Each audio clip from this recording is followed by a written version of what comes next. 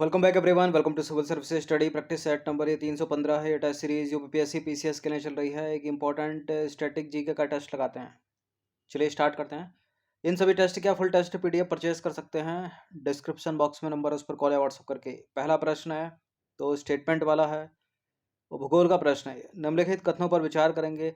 चंद्रमा यानी मून का ज्वार उत्पादक बल सूर्य की अपेक्षा दोगुना होता है क्योंकि चंद्रमा सूर्य की तुलना में पृथ्वी से अधिक निकट है। कौन सा सही है? ज्वार उत्पादक बल यानी टाइडल फोर्स। बिल्कुल, चंद्रमा का ज्वार उत्पादक बल सूर्य की अपेक्षा दोगुना होता है क्योंकि चंद्रमा सूर्य की तुलना में पृथ्वी से अधिक निकट है। दोनों के दोनों कथन सही है। सी है इसका आंसर। देखिए, चंद्रमा एवं सूर्य की आकर्षण शक्तियों के कारण सागरीय जल के ऊपर उठने तथा गिरने को ज्वार भाटा कहते हैं। चंद्रमा का ज्वार उत्पादक बल यानी टाइडल फोर्स सूर्य की अपेक्षा दोगुना होता है क्योंकि सूर्य की तुलना में पृथ्वी से अधिक निकट है चंद्रमा। क्वेश्चन नंबर 2 पर आ जाइए। उत्तरी गोलार्ध की जलधाराएं अपने किस ओर मुड़ती हैं? यह अपनी सुंदर सी पृथ्वी विषेक रेखा खींच दो 0 डिग्री। ऊपर का हो गया उत्तरी गोलार्ध, नीचे का हो गया दक्षिणी गोलार्ध।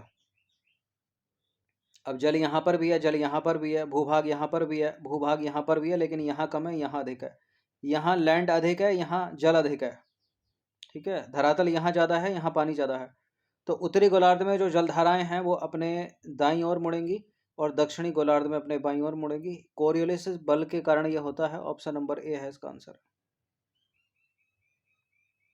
तो उत्तरी गोलार्ध में जलधाराएं अपने दाईं ओर और दक्षिणी गोलार्ध की जलधाराएं अपने बाईं ओर प्रवाहित होती हैं। यह कोरियोलिस बल के प्रभाव से होता है। स्कूल में पढ़ा होगा आपने। क्वेश्चन नंबर 3 पर आ जाइए। प्यूर्टो रिको ट्रेंच निम्नलिखित में से किस महासागर में स्थित है? प्यूर्टो रिको ट्रेंच है अटलांटिक महासागर में। अटलांटिक में भी पूछ ले तो उत्तरी अटलांटिक या नॉर्थ अटलांटिक ओशियन। देखिए, प्यूर्टो रिको ट्रेंच उत्तरी अटलांटिक महासागर में एक पनडुब्बी अवसाद लगभग प्यूर्टो रिको द्वीप के उत्तरी तट के समानांतर और उत्तर में लगभग 75 मील की दूरी पर स्थित है। प्यूर्टो रिको ट्रेंच लगभग 1090 मील लंबी और 60 मील चौड़ी है। प्यूर्टो रिको ट्रेंच कैरेबियन सागर और अटलांटिक महासागर के बीच की सीमा पर स्थित है। ठीक है, नॉर्थ अटलांटिक ओशन में है ये। क्वेश्चन नंबर 4 पर आ जाइए। 2 स्टेटमेंट वाला ये प्रश्न है। कौन सा इसमें सही होगा? उच्च अक्षांशों से निम्न अक्षांशों की ओर बहने वाली जलधारा को ठंडी जलधारा कहते हैं। गर्म जलधाराएं जिन क्षेत्रों में चलती हैं वहां का तापमान बढ़ा देती हैं। देखिए, यह अपनी पृथ्वी, ये हो गई इक्वेटर लाइन 0 डिग्री। ऊपर का उत्तरी गोलार्ध हो गया, नीचे का दक्षिणी गोलार्ध। यहाँ उत्तरी ध्रुव है, यहाँ दक्षिणी ध्रुव है। देखिए, भूमध्य रेखा से जो ध्रुवों की तरफ जलधाराएं चलती हैं वो गर्म जलधाराएं होती हैं क्योंकि यहाँ सनलाइट अधिक है, पर्याप्त मात्रा में वर्षा होती है। ठीक है, सूर्य की किरणें लंबवत पड़ती हैं। अब यहाँ से ऊपर से जो नीचे की तरफ भूमध्य रेखा की तरफ जलधाराएं आएंगी वो ठंडी जलधाराएं आएंगी। तो उच्च अक्षांश यानी पोल्स से भूमध्य रेखा की तरफ चलने वाली ठंडा जलधारा को ठंडी जलधारा। ठीक है, और गर्म जलधाराएं जिन क्षेत्रों में चलती हैं वहां का तापमान बिल्कुल बढ़ाएंगी। तो दोनों के दोनों करेक्ट हैं। सी है इसका आंसर। ठीक है, ऊपर से नीचे आएगी ठंडी, नीचे से ऊपर जाएगी भूमध्य रेखा से ध्रुवों की तरफ, और ये दोनों गोलार्ध में होगा, ऊपर भी होगा नीचे भी होगा। इस चीज को उल्टा फुल्टा करके स्टेटमेंट बनाकर पूछ लेगा, इस चीज को याद रखिएगा। ध्रुवों से भूमध्य रेखा की तरफ ठंडी, भूमध्य रेखा से ध्रुवों की तरफ गर्म।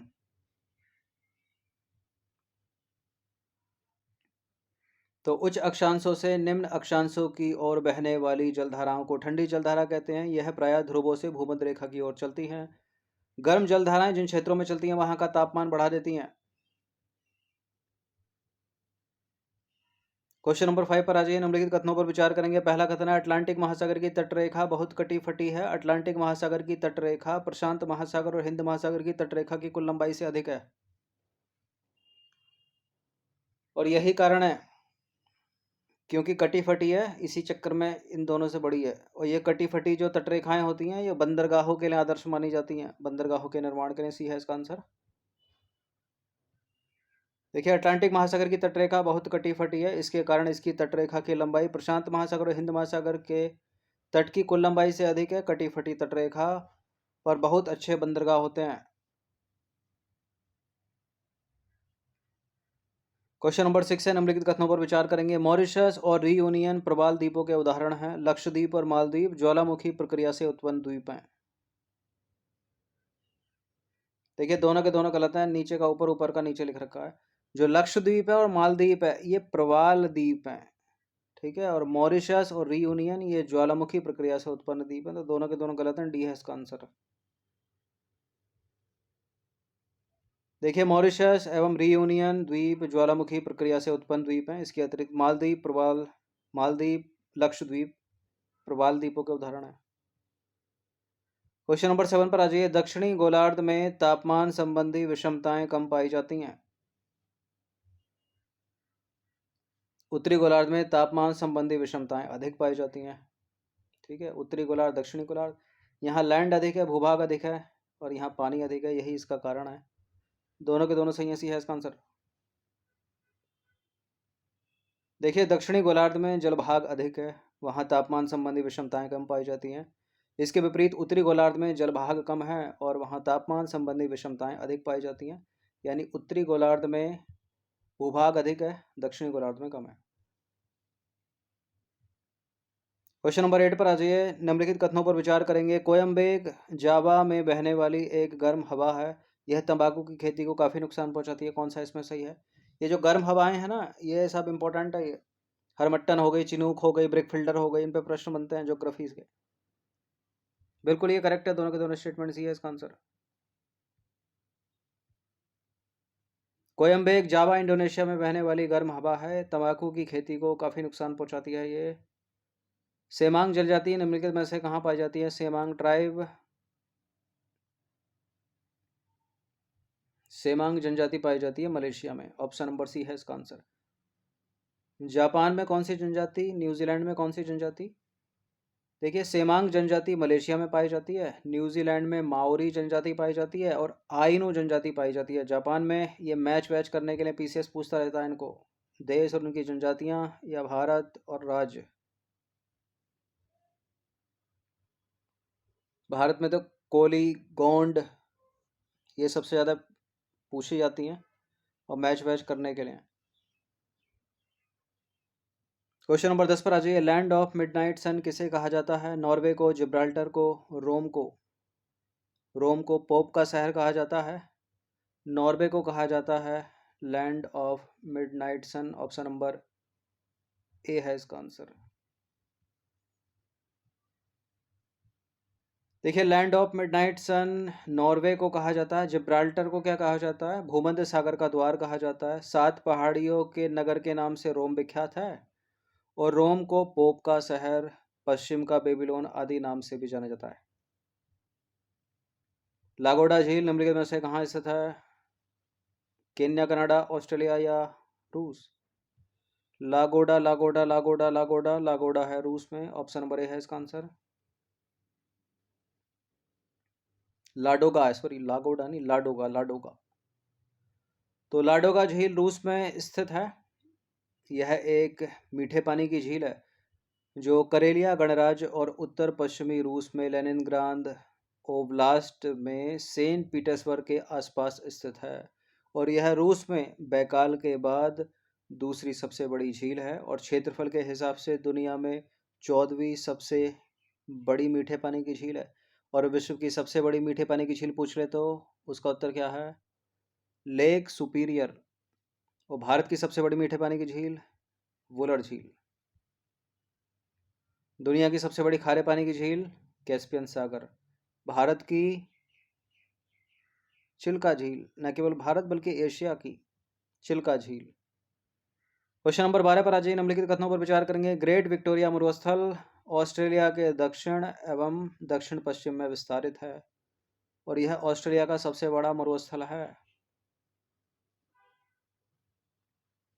बिल्कुल ये करेक्ट है, दोनों के दोनों स्टेटमेंट सी है इसका आंसर। ये विक्टोरिया मरुस्थल, गोभी मरुस्थल, थार वार, ये सब पूछा जाता है एग्जाम में। देखिए ग्रेट विक्टोरिया मरुस्थल दक्षिण, मतलब ऑस्ट्रेलिया के दक्षिण में दक्षिण पश्चिम में विस्तारित है। यह ऑस्ट्रेलिया का सबसे बड़ा मरुस्थल है। यह एक उष्ण मरुस्थल का उदाहरण है, यानी हॉट डेजर्ट, कोल्ड डेजर्ट। जैसे गोभी उष्ण है और ठंडा है, गोभी एक कोल्ड डेजर्ट है गोभी। चीन और मंगोलिया का। निम्नलिखित कथनों पर विचार करेंगे। लक्षद्वीप समूह के सभी द्वीपों पर मलयालम भाषा बोली जाती है। लगभग सभी द्वीपों पर मलयालम भाषा बोली जाती है। मिनिकॉय द्वीप में महल भाषा बोली जाती है। लगभग लगा दिया है तो नीचे के स्टेटमेंट को सही हो जाने की संभावना बढ़ जाती है। लक्षद्वीप समूह के लगभग सभी द्वीपों पर मलयालम भाषा बोली जाती है। ठीक है। मिनिकॉय द्वीप में महल भाषा बोली जाती है। दोनों के दोनों सी हैं, करेक्ट हैं। सी है इसका आंसर। तो उपर्युक्त दोनों के दोनों कथन सही हो गए। लक्षद्वीप समूह के सभी द्वीपों पर मलयालम भाषा बोली जाती है। मिनिकॉय द्वीप एकमात्र अपवाद है जहां महल भाषा बोली जाती है। महल मूलतः मालदीव की भाषा है। क्वेश्चन नंबर 14 पर आ जाइए। लक्षद्वीप मूलतः किस चैनल द्वारा दो भागों में विभाजित होता है? 11 डिग्री चैनल के द्वारा लक्षद्वीप मूलतः दो भागों में विभाजित होता है और 10 डिग्री चैनल के द्वारा अंडमान निकोबार द्वीप समूह अलग होता है।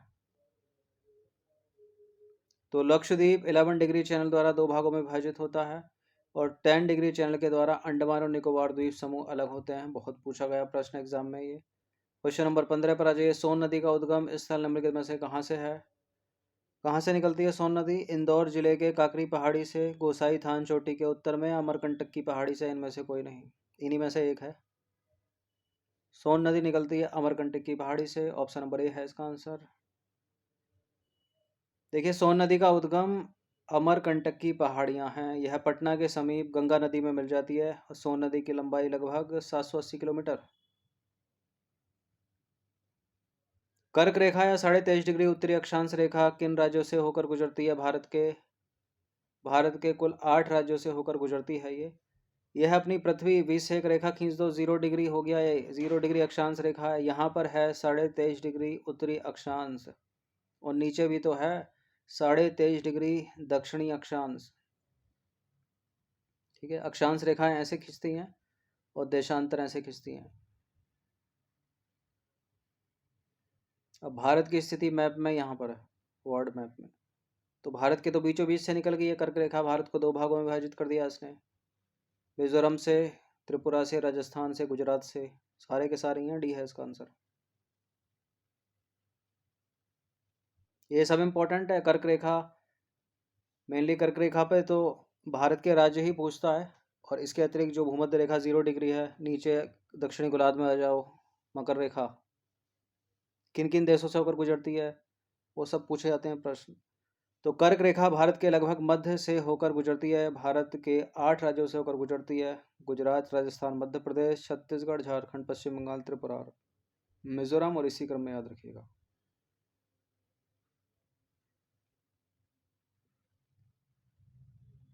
क्वेश्चन नंबर 17 पर आ जाइए। भारत की स्थलीय सीमा कितने देशों के साथ जुड़ी है? भारत की स्थलीय सीमा जुड़ी है 7 देशों के साथ। डी है इसका आंसर। देखिए, भारत देश की स्थलीय सीमा 7 देशों के साथ जुड़ी है। कौन कौन से वो 7 देश? चीन, नेपाल, भूटान, म्यांमार, पाकिस्तान, बांग्लादेश, अफगानिस्तान। सबसे छोटी अफगानिस्तान के साथ है, सबसे बड़ी बांग्लादेश के साथ, उसके बाद चीन। क्वेश्चन नंबर 18 पर आ जाइए। भारत का कौन सा राज्य 3 तरफ से अंतर्राष्ट्रीय सीमा से घिरा हुआ है?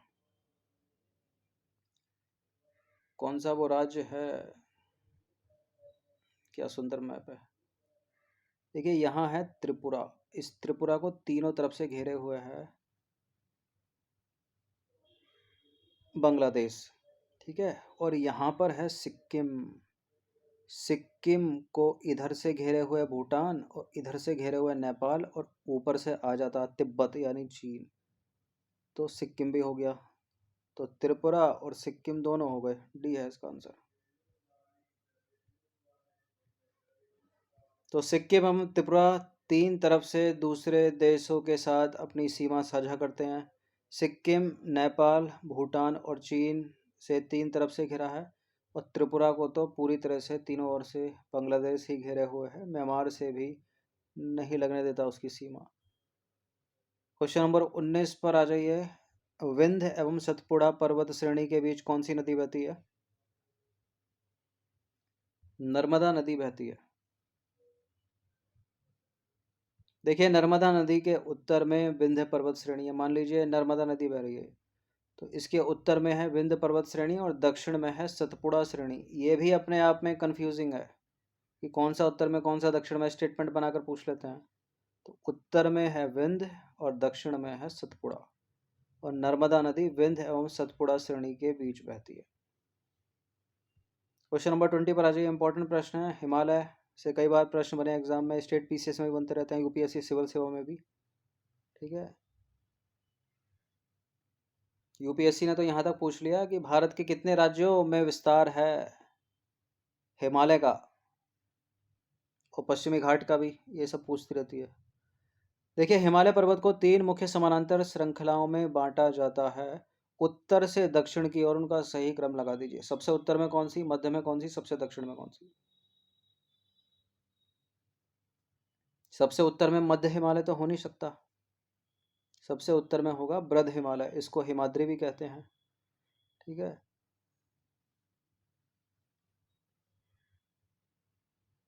तो सी शिवालिक से शुरू हो रहा है, तो इसको हटा दीजिए, यानी ए या डी में सी आंसर होगा। सबसे उत्तर में आ गया बृहद हिमालय, मध्य में तो मध्य हिमालय होगा, शिवालिक थोड़ी होगा, और सबसे दक्षिण में हो जाएगी शिवालिक। तो सबसे उत्तर में हिमाद्री या बृहद हिमालय, बीच में मध्य हिमालय हिमाचल हिमालय, सबसे दक्षिण में है Shivalik Himalaya. Option number D है इसका आंसर। देखिए, उत्तर में बर्फ से ढका हिमालय जो है हमारे देश के लिए, भारत के लिए संतरी का काम करता है, और हिमधन आले का मतलब होता है बर्फ का घर। हिमालय पर्वत को 3 मुख्य समानांतर श्रृंखलाओं में बांटा जाता है। सबसे उत्तर में स्थित श्रृंखला को बृहद हिमालय हिमाद्री कहते हैं। मध्य हिमालय या हिमाचल हिमालय हिमाद्री के दक्षिण में है, यानी बीच में है यहाँ, और शिवालिक सबसे दक्षिण में स्थित श्रृंखला है। तो ये क्रम पूछ लेता, ये तो उत्तर से दक्षिण पूछ लिया, दक्षिण से उत्तर पूछ ले तो इसका उल्टा कर दीजिएगा। तो स्टैटिक जीके के सारे प्रश्न ज्योग्राफी के इंपॉर्टेंट थे, इनकी प्रैक्टिस कर लेना। धन्यवाद।